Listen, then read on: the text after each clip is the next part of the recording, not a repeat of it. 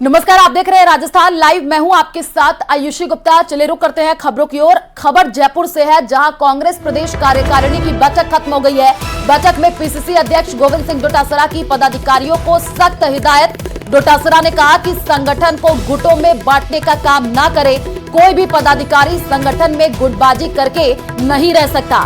डोटासरा ने यह भी कहा कि जिसको काम नहीं करना वो संगठन से जा सकता है। तो बड़ी जानकारी आपको जयपुर से दे रहे हैं, जहां पर संगठन को गुटों में बांटने का काम ना करे। डोटासरा की तरफ से यह कहा गया है। कांग्रेस कार्यकारिणी की आज बैठक चल रही थी, जो कि खत्म हो चुकी है, और ये बड़ी अपडेट आपको दे रहे हैं। गोविंद सिंह डोटासरा ने क्या कुछ कहा वो आपको बता रहे हैं। गोविंद सिंह डोटासरा की पदाधिकारियों को सख्त हिदायत। उन्होंने ये कहा है कि जो है संगठन को गुटों में बांटने का काम ना करे। कोई भी पदाधिकारी संगठन में गुटबाजी करके नहीं रह सकता है। साथ ही साथ डोटासरा ने यह भी कहा कि जिसको काम नहीं करना वो संगठन से जा सकता है। तो जयपुर से ये बड़ी जानकारी आपको दे रहे हैं, जहां पर कांग्रेस कार्यकारिणी की आज बैठक जो कि खत्म हो चुकी। सुनिए क्या कुछ डोटासरा ने कहा।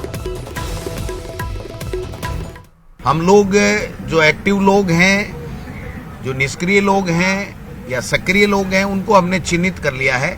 जहां भी हमें लगेगा कि और सक्रिय कांग्रेस का कार्यकर्ता कोई पदाधिकारी बनने से रह गया तो उसको जोड़ने का काम करेंगे। और तमाम जिला कांग्रेस कमेटियों में हम जो हमारा चिंतन शिविर था, रायवीर का अधिवेशन था, उसकी पालना 100% हो। सारे के सारे कैटेगरी वाले लोग वहां पर आए, ये काम भी हम लोग करेंगे।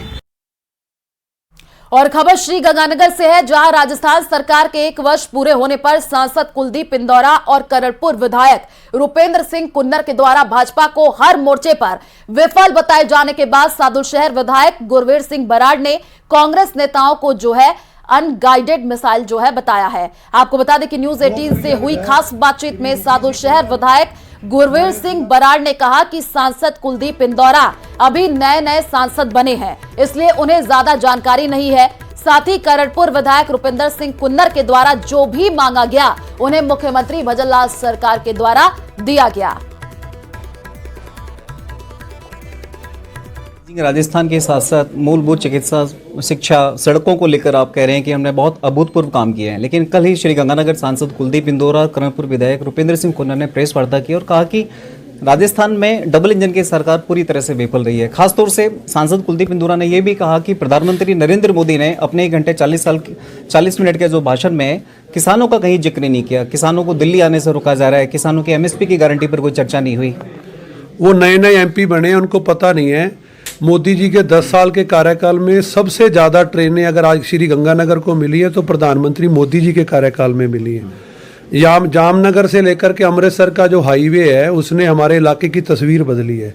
जहां भारतमाला रोड हो उसको पंजाब बॉर्डर से लेकर के जैसलमेर तक जोड़ने का काम किया है तो मोदी जी ने किया है। गंगानगर और हनुमानगढ़ में 2 सरकारी मेडिकल कॉलेज बनाने का काम किया है तो प्रधानमंत्री श्री मोदी जी ने किया है। हमारे प्रधानमंत्री ग्रामीण सड़क योजना की बात हो, चाहे हमारे नहरी क्षेत्र में बात हो, 2400 करोड़ रुपए IGNP का लगा है। तो इन 10 वर्षों की डबल इंजन की सरकार में जो शुरुआत वसुंधरा जी ने की थी वो काम हुए हैं। सिंचाई क्षेत्र में भी करोड़ों रुपए के काम और ये डिग्गियों के हुए हैं। और पिछले साल जब 5 साल कांग्रेस की सरकार रही तो मात्र 12% डिग्गियां दी, कोई खाड़े 5 साल में नहीं बने। एक भी हमारा इंफ्रास्ट्रक्चर ऐसा खड़ा नहीं कर पाए जो वसुंधरा जी के टाइम पे हमने हवाई अड्डा शुरू किया वो 5 साल तक बंद रहा, आज हमारा दोबारा काम हुआ है। तो ये सारी चीजें उनके सामने है। जहां तक करणपुर विधायक की बात करूं तो जितनी भी मांगे उन्होंने मुख्यमंत्री जी से लिख करके दी वो हमारे पास प्रूफ है कि सारे की सारी मुख्यमंत्री श्री भजनलाल जी ने मानी। और उन्होंने सदन में मुख्यमंत्री जी का धन्यवाद किया कि कांग्रेसी विधायक होने के बावजूद भी भारतीय जनता पार्टी ने बिना भेदभाव के सारा बजट दिया है। तो ये वो अपनी ड्यूटी पूरी कर रहे हैं, जनता असलियत जानती है। और मैं दावा करता हूं कि आज इस मॉडर्न जमाने में, सोशल मीडिया के जमाने में, माननीय अशोक गहलोत जी के कार्यकाल का 5 साल का विवरण जनता के सामने रखें और हम अपने 1 साल का रखेंगे, हमारे 1 साल का उनके 5 साल पे बारी। शुक्रिया हमसे बात करने के लिए। तो ये थे सादुलशहर विधायक गुरवीर सिंह बराड़, जिन्होंने अभी कुछ देर पहले ही 2 एडवांस लाइफ सपोर्ट एम्बुलेंस को हरी झंडी दिखाकर रवाना किया। साथ ही कांग्रेस के नेताओं को अनगाइडेड मिसाइल करार देते हुए कहा है कि कांग्रेस के पास अब कोई मुद्दा नहीं है और राजस्थान सहित पूरे देश में भाजपा सरकार प्रमुखता से विकास के मुद्दे पर काम कर रही है। अशोक शर्मा, न्यूज़ 18 श्रीगंगानगर। और चलिए रुक करते हैं अगली खबर की ओर। जयपुर में कोचिंग संस्थान में गैर रिसाव कैसे हुआ, इसकी जांच की जा रही है। लेकिन इस बीच एनएसयूआई के कार्यकर्ता कोचिंग के बाहर ही धरने पर बैठ गए और कोचिंग संस्थान के खिलाफ जोरदार प्रदर्शन किया। नगर निगम ने कोचिंग सेंटर पर कार्रवाई के संकेत दिए हैं। दूसरी तरफ एफएसएल टीम ने मौके पर पहुंच करके गैस रिसाव किस वजह से हुआ उसकी जांच कर रही है। देखिए रिपोर्ट।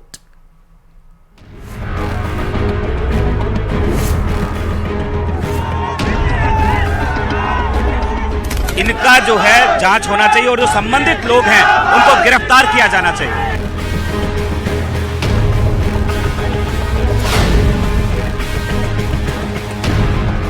कोचिंग संस्थान में गैस लीक कांड।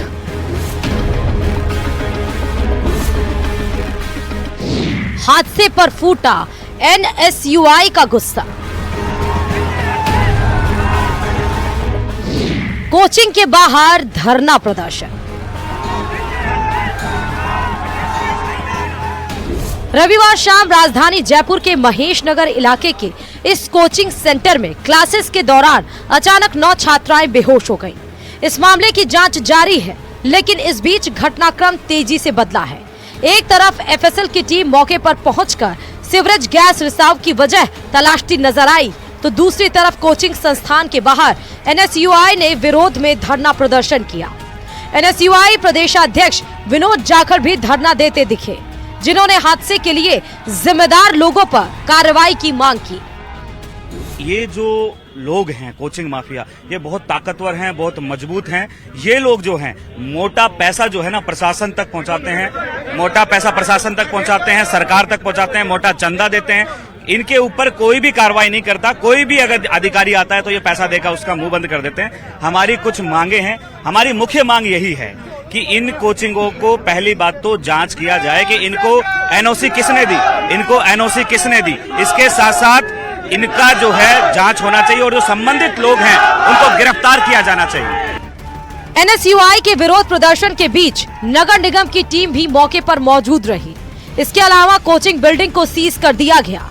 नगर निगम के उपायुक्त लक्ष्मीकांत कटारा का कहना है कि अब तक ये साफ नहीं हुआ है कि हादसे की वजह साफ नहीं है।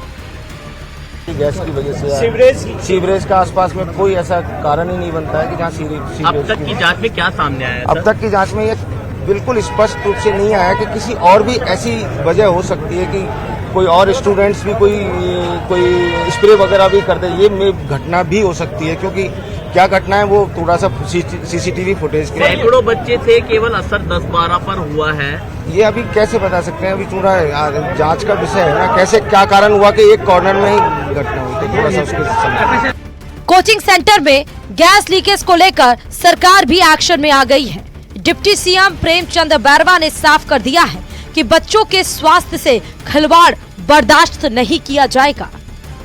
मेरी नॉलेज में कल आया, निश्चित रूप से हमारे बच्चे जो है अब स्वस्थ है, वो उनको हॉस्पिटलाइजेशन कराया गया, वहाँ ठीक है।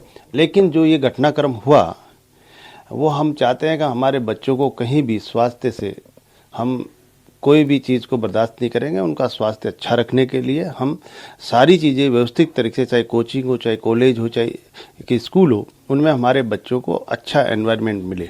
लेकिन जो घटना हुई है उस घटना की हम समीक्षा और जांच कर रहे हैं। एक कमेटी बना के निश्चित रूप से उसकी जांच करेंगे। जो भी कमी खामी रही है, जो भी गलती हुई है, उसके बारे में जो भी निर्दोष उसमें पाए जाएंगे या गलती होगी उसके खिलाफ हम कार्रवाई करेंगे।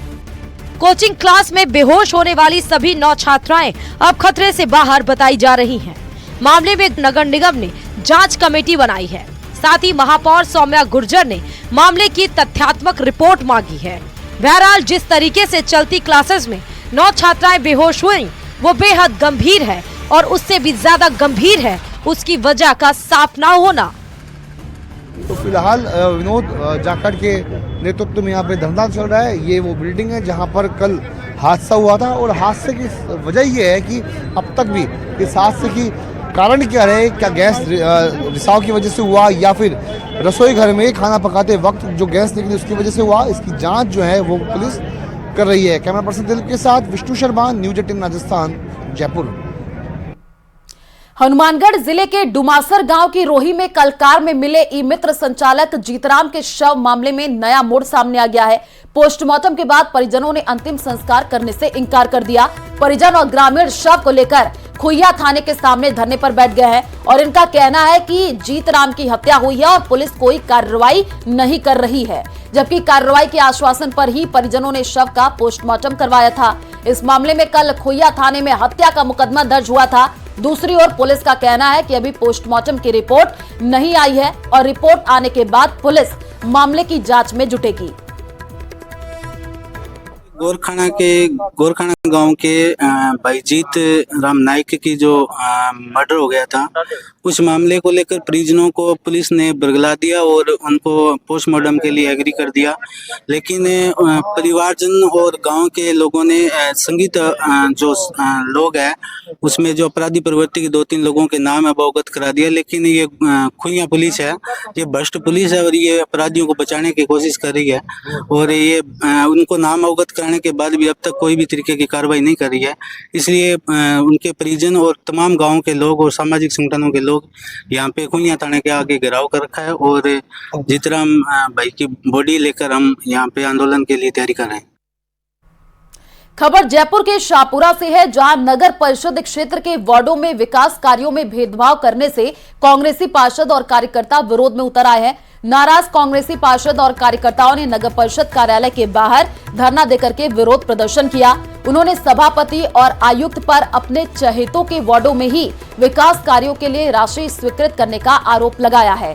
जानकारी के मुताबिक इस वर्ष शाहपुरा नगर परिषद क्षेत्र में विकास कार्यों के लिए करीब 2 करोड़ की राशि स्वीकृत हुई है और स्वीकृत राशि से शहर के सभी वार्डों में नाली, सड़क, लाइट समेत अन्य विकास कार्य करवाए जाने हैं।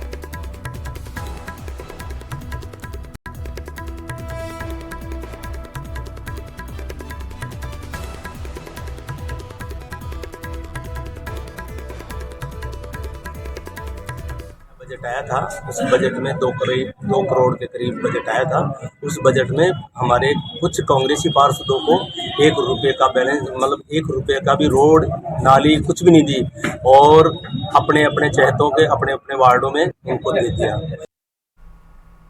और खबर अलवर से है, जहां चितरपुरा गांव में अघोषित बिजली कटौती के खिलाफ किसानों ने 33वें केवी के सबग्रिड गेट पर धरना प्रदर्शन किया। नारायणपुर कस्बे और आसपास के क्षेत्रों में किसानों ने बिजली की कमी के चलते अपनी नाराजगी व्यक्त की है। किसानों ने आरोप लगाया कि बिजली कटौती के कारण आम जनता को भारी परेशानियों का सामना करना पड़ रहा है। किसान नेता राकेश दाइमा के नेतृत्व में प्रदर्शनकारियों ने दिन में 3 फेज बिजली की आपूर्ति की मांग की, जबकि रात में होने वाली कटौती को सहन नहीं करने की बात कही। किसानों का कहना था कि रात में बार बार बिजली कटने से सर्दी में स्थिति अत्यंत खराब हो जाती है। इस संबंध में हमारे कोई सूचना नहीं थी और लोगों की मांग है कि भाई हमें दिन में सप्लाई दें, जबकि हमारे द्वारा यहाँ ब्लॉक रोटेशन में हम सप्लाई दे रहे हैं। आज राकेश दाइमा के साथ में कुछ लड़के आए हैं, उनको मैंने समझाइश की और जो ब्लॉक आवर्स हैं उनके अकॉर्डिंग हम सप्लाई को और सुचारू करके दें। झुंझुनू में कलेक्टर कोर्ट के एक फैसले से जहां एक और 1.5 दर्जन से अधिक परिवारों की नींद उड़ी हुई है, वहीं इन परिवारों ने न्यायालय के इस फैसले पर और फैसले के बाद तहसील प्रशासन द्वारा की गई कार्रवाई पर सवाल उठाया है। दरअसल झुंझुनू जिला मुख्यालय के रोड नंबर 3 पर जोहरा खान के नाम से 3 बीघा से अधिक जमीन 60 साल पहले दर्ज थी। जोहरा खान ने लगभग जमीन अपने जीवन काल में ही 2 लोगों को बेच दी। अब इस जमीन पर जोहरा खान के 12 पोते पोतियां अपना हक जता रहे हैं, जिसे लेकर 2 महीने तक कलेक्टर न्यायालय में ट्रायल चला और कलेक्टर ने पूर्व में दर्ज किए गए सभी नामांतरणों को खारिज कर दिया।